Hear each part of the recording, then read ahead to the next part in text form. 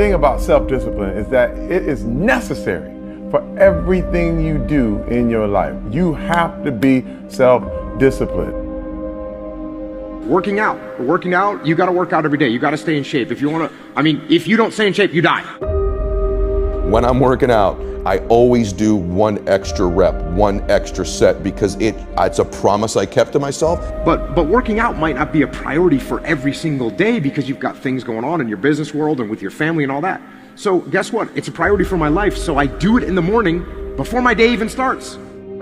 If you change your mindset and really focus it on what discipline really is, you start to welcome discipline. You welcome self-discipline into your life. And here's the biggest thing. It's a pattern. It's a pattern I keep of me. I always do a little extra. I always go the extra inch. And the quickest and easiest place to do it is the gym. Because I can always grab one more weight, one more set. And here's what it does. It shifts your identity. The benefit of discipline in my eyes has always been that through discipline, I get things done. I do it in the morning before my day even starts. So I can still handle the priorities for the day, but I got my workout done. So long term, I look up in a year and I'm not out of shape and breathing hard when I go up in the stairs because I maintain that discipline on a daily basis. Most people go through life never discovering what their talents are. Most people never develop their talents. You need to tell you, no more snacks, no more desserts, no more TV, we working out now.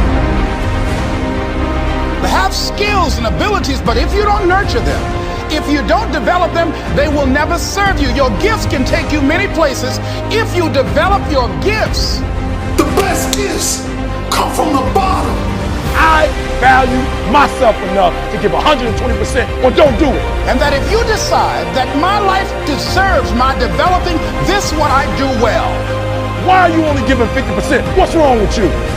I grant you that if you begin to work to develop your gifts, you'll develop a strong sense of happiness. You'll get a larger vision of yourself, because part of beginning to get a larger vision of yourself, all of us need some area of our lives where we can have a feeling of competence. When other folk are having a good time, you've got to have the strength of character. You need to tell you that you owe you something. As you begin to develop and expand your skills and your talents and your vision of yourself, you will always be in control of your destiny. I want freedom. And for me, disciplining myself means more freedom.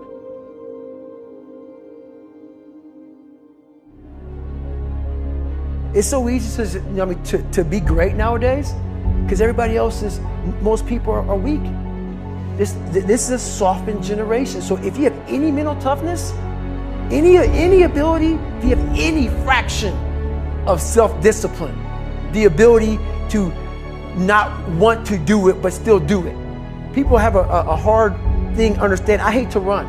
And what makes me so crazy, it doesn't anymore, is people go, well, why do you run if you hate it? What are you talking about? I don't want to take showers and eat either. I hate that too. That's life, man. It wasn't until I changed that mentality that I became somebody. I hated going to school, so guess what? I was dumb as But if you can get through to doing things that you hate to do, on the other side is greatness. That's what people don't understand. By me running, I am callous in my mind. I'm not training for a race. I'm training for life. I'm training for the time when I get that 2 o'clock in the morning call that my mom is dead or something happens tragic in life.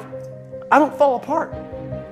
I'm training my mind and my body and my spirit so it's all one, so I can handle what life is going to throw at me. Because the life I've lived, it throws a whole bunch at you. And if you're not physically and mentally prepared for that, you're just going to crumble and you're good for nobody. 99% of people are not willing to do what it takes to make their dreams come true. The Marines have a saying, everybody wants to go to heaven, but nobody wants to die. The center of bringing any dream into fruition is self-discipline. You know, something as simple as food and eating, it's not about your body as much as it is about your mind. It's getting command of your mind to be able to choose actions that are in your own best interest. Every day we are choosing that's not in our own best interest. So if the world is attacking you and the world wants to fight you and the world's trying to hold you down, so you're gonna kick yourself in the balls? So you're gonna stop yourself from getting what you dream? And I think the word discipline has kind of gotten a bad name. We think about it in terms of punishment. I'm not talking about discipline in that way. I'm talking about discipline in the sense that you forego immediate pleasure for the exchange of long-term self-respect. I believe that self-discipline is the definition of self-love. That when you say that you love yourself, that means that you have behavior towards yourself that is loving. Self-discipline is the center of all material success. You cannot win the war against the world if you can't win the war against your own mind.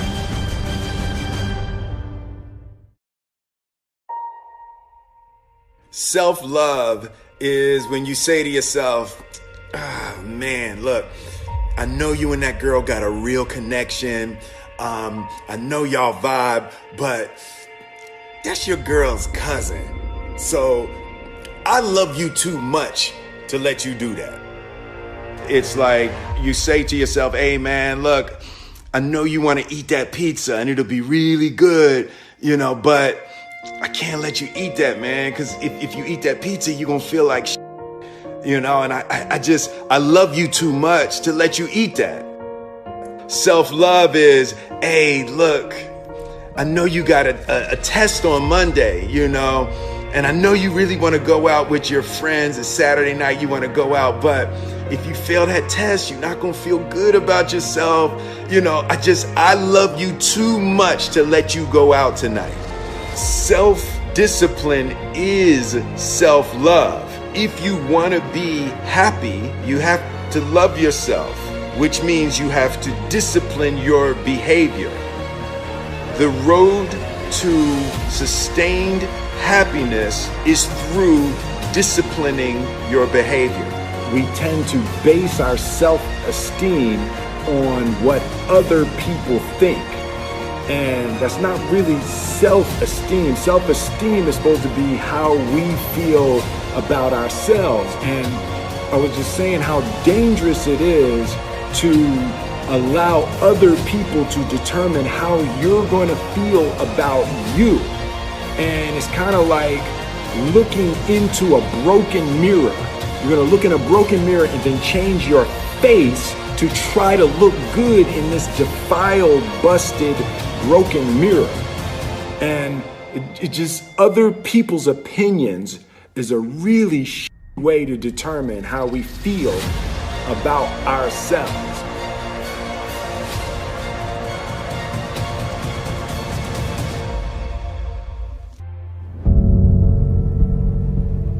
Life can be brutal. Life can be unforgiving. If I had to sum up in one word the difference between the greats and the average, the difference between the successful and the nobodies of the world, one word, one attribute to describe the difference: discipline.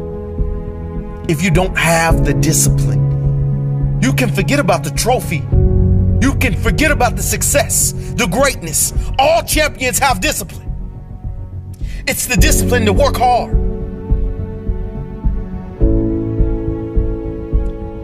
Not when everyone is watching, but when no one is watching.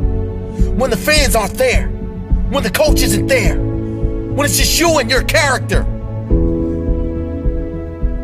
The discipline to eat strong, healthy foods when you have other tempting options.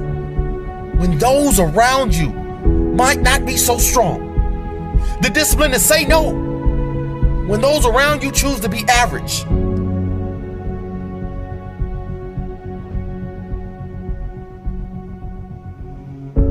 The discipline to keep going when it hurts.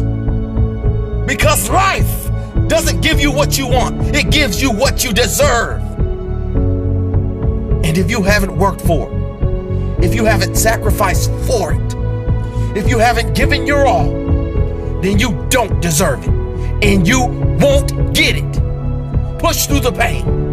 On the other side is growth. When pain comes, that means it's time to show character. Show me your character. Remain disciplined. Stay strong. When it all seems hopeless, keep plugging away. Nothing can stop you if you don't stop for anything. Don't stop for anything. Never break your discipline.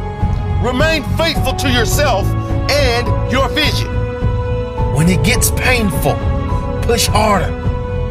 Push through the pain. You gotta have the discipline to do 11 when your opponent stops at 10. The discipline to keep going when it hurts. Because life doesn't give you what you want, it gives you what you deserve. And if you haven't worked for it, if you haven't sacrificed for it, if you haven't given your all, then you don't deserve it, and you won't get it. Show your character. Remain disciplined. Stay strong. Don't say why the pain. Don't say why me. Say try me. Say, is that all you've got? Give me more. Keep plugging away when there seems to be no hope of victory. When you don't see the results, hang in there. Be strong. Be brave. Remain disciplined. And your time will come.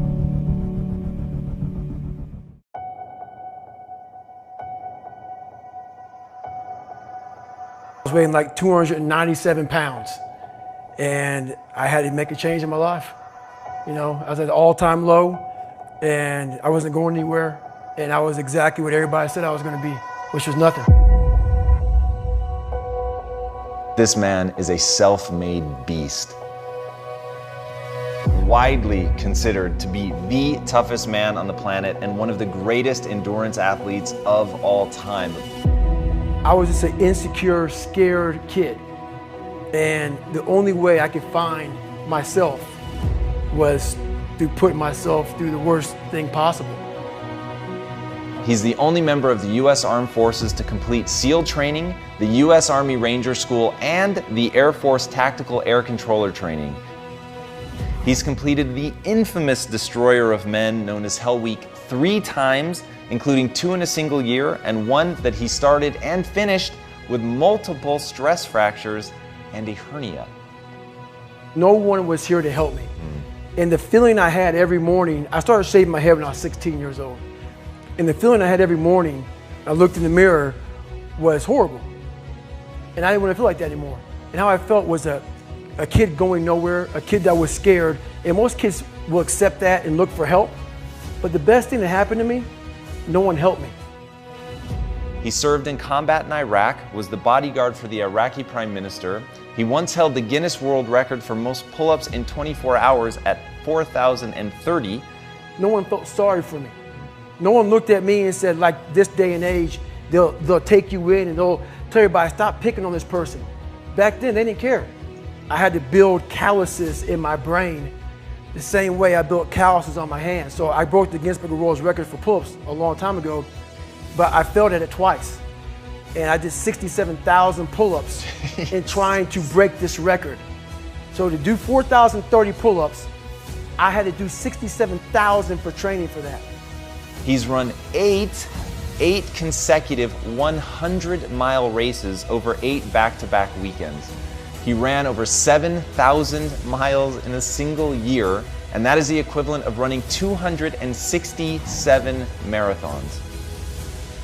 I saw myself as the weakest person God ever created. You had to have a goal. My goal was the only person that's gonna turn this person around is me. The only way I can turn it around is put myself through the worst things possible a human being can ever endure. And that'd be the only way that I can build this brain to handle anything that comes in front of it, callousing my mind through pain and suffering.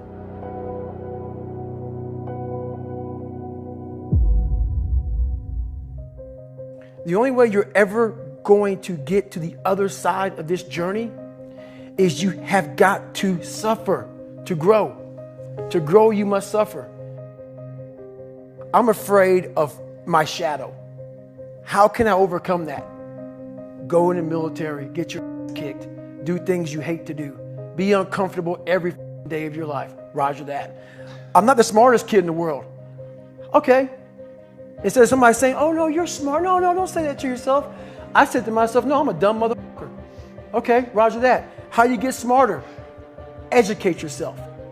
So the things that we run from, we're running from the truth. We're running from the truth, man. So the only way I became successful was going towards the truth. As painful and as brutal as it is, it changed me. It allowed me to become, in my own right, who I am today.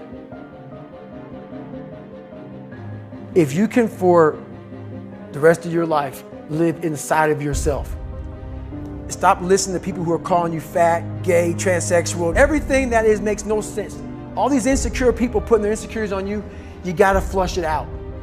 You gotta just be whoever the hell God or whatever the hell you believe in. If you believe in nothing but yourself, I don't care what it is. You gotta take everything and throw it away. You have to believe in one thing, and that is yourself.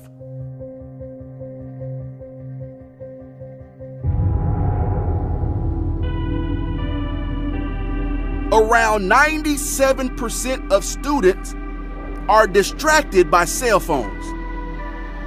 Are you a part of that 97%?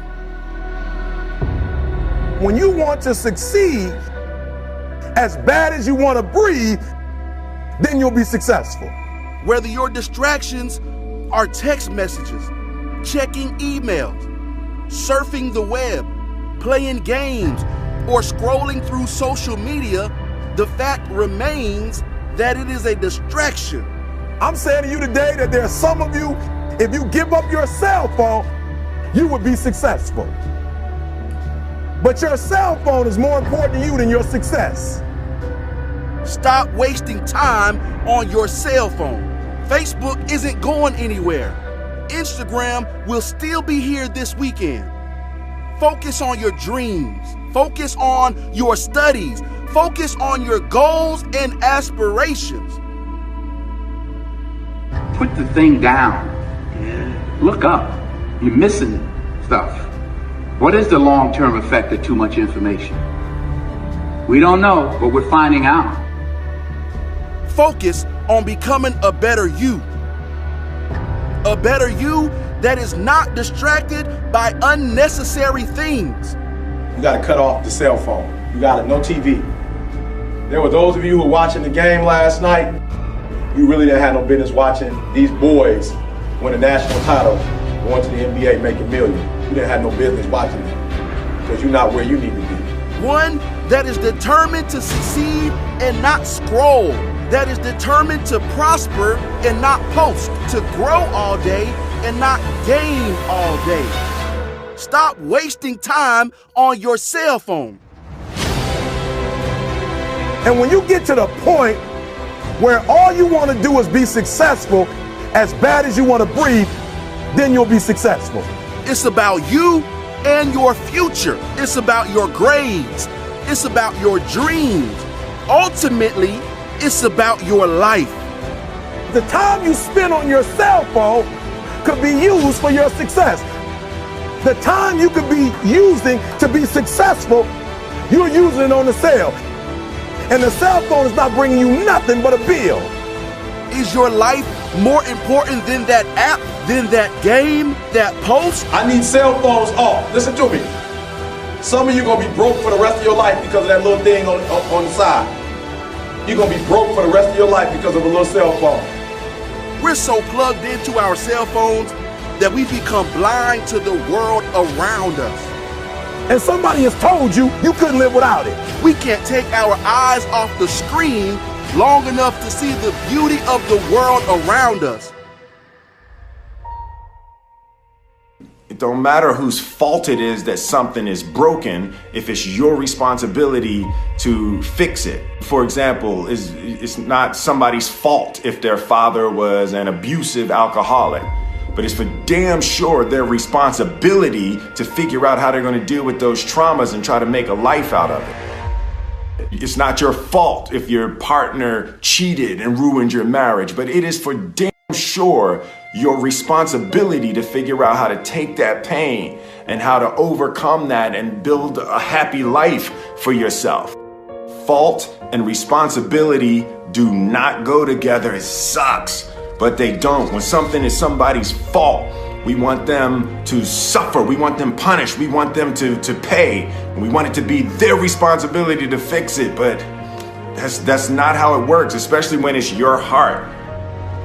Your heart, your life, your happiness is your responsibility and your responsibility alone.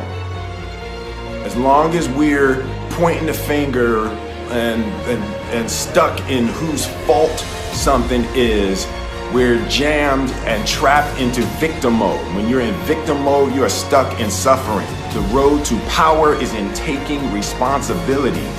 Your heart, your life, your happiness is your responsibility and your responsibility alone. You can make a person smile, you can make a person feel good, you can make a person laugh, but whether or not a person is happy is deeply and totally and utterly out of your control. The prerequisite for spending time with any person is that they nourish and inspire you. They feed your flame. Look at your last 5 text messages. Are those people feeding your flames or dousing your fire? Put your phone down for just a second and look around. Look to the people around you. Are those people throwing logs on your fire or are they pissing on it?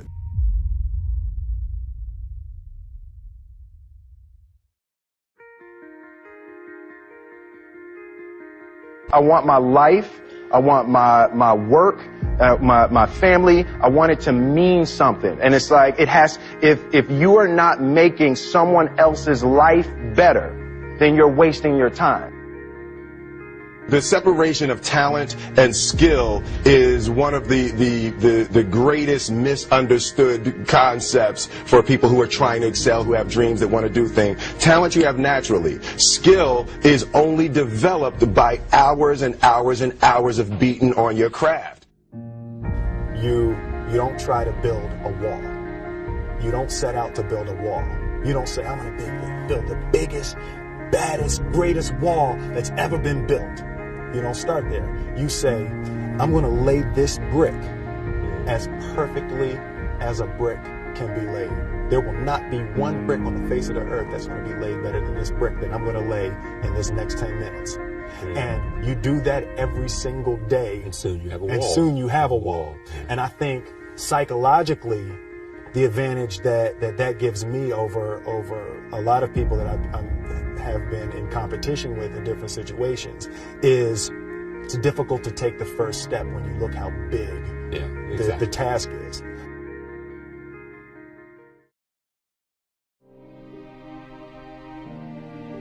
The definition of who I am is very clear to me, and it also redefines who I want to be, in that I know for a fact that I'm stronger than I thought I was. You know, you can't help but ask yourself the question, what would I do if I was in Muhammad Ali's shoes? I'm motivated by fear. I hate being scared to do something. And I think what developed in my early days was the attitude that I started attacking things that I was scared of. Why were you scared in your bed the night before? What do you need that fear for? Just don't go. Why are you scared in your bed 16 hours before you jump? Why are you scared in the car? Why could you not enjoy breakfast? Fear is fear of what? You're nowhere even near the airplane. Everything up to the stepping out, there's actually no reason to be scared. It only just ruins your day. You don't have to jump. And then in that moment, all of a sudden, where you should be terrified is the most blissful experience of your life. And God placed the best things in life on the other side of terror.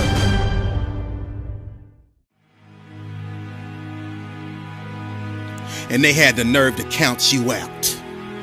That's because they didn't understand that your motivation would never let you stay down for the count. It's times like these that we separate the real from the fake. And when it's like you can take a punch and bounce right back because you understand and know exactly what's at stake. It's times like these that we separate the real from the fake. And when it's like you can take a punch, bounce right back because you understand and know exactly what's at stake. It's money time, baby. And this is for all of the marbles. It's put up or shut up. Survive in advance, win or go home. And that's why you spend all those hours grinding. That's why you spend all those hours pushing yourself to the limit. You spend all those hours running. That's why you spend all those hours sacrificing. You spend all those hours sweating because you know there will be no time for regretting, fretting, or letting yourself or your teammates down. See, you are bound and determined to enter into the realm of greatness that's reserved for you and only you. And so if the day ever comes that you're tired enough to quit, then I need you to act like a car with 4 flats and retire. I don't think you heard me. I said, if the day ever comes that you are tired enough to quit, then I need you to act like a car with 4 flats and retire.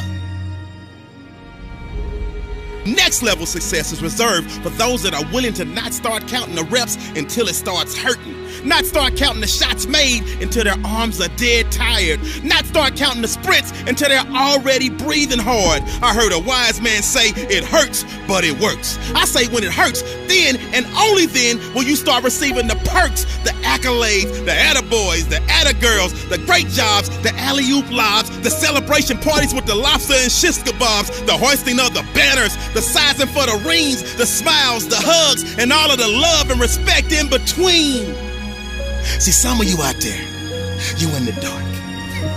And you know what I need you to do for me when you're in the dark, right?